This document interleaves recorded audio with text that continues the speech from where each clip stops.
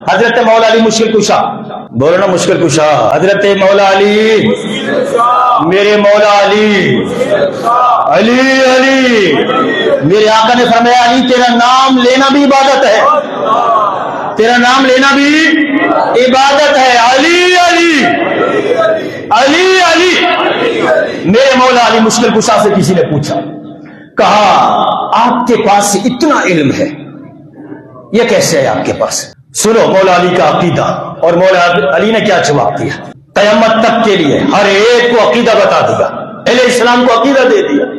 فرمایا جب میں نے آقا کریم علیہ السلام کو غسل دیا، حضور کو جب غسل دے چکا تو آقا کریم علیہ السلام کے جسم اطہر پر دو جگہوں پر پانی رک گیا، تھوڑا سا پانی، دو تین قطرے رک گئے۔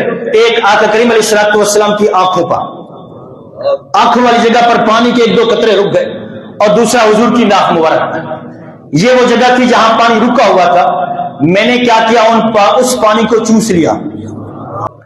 میں نے وہ پانی جو حضور کے غسل مبارک سے، وہ جو پانی حضور کے جسم سے مس ہوا تھا، حضور کو غسل دیا گیا تھا، وہ پانی جو آپ کی آنکھوں پر جو ہے وہ بچ گیا تھا، قطرے رہ گئے تھے، اور ناک کی جگہ پانی رہ گیا تھا، قطرے رہ گئے تھے۔ کہا علی نے وہ پانی چوس لیا۔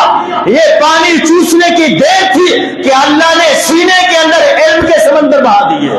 یار جس آقا کے جسم اطہر سے مس ہونے والے پانی کی برکت کا عالم یہ ہو کہ مدینہ العلم جو کہے کہ آنا مدینہ العلم وعلی البابها، اور علی کے علم کی شان یہ ہو، کہا کہ حضور کے جسم کا پانی وہ میں نے چوسا ہے، اللہ نے سینے میں علم کے سمندر جاری کر دیے۔ تو پھر بتاؤ میرے آقا کے اپنے علم کا عالم کیا ہوگا؟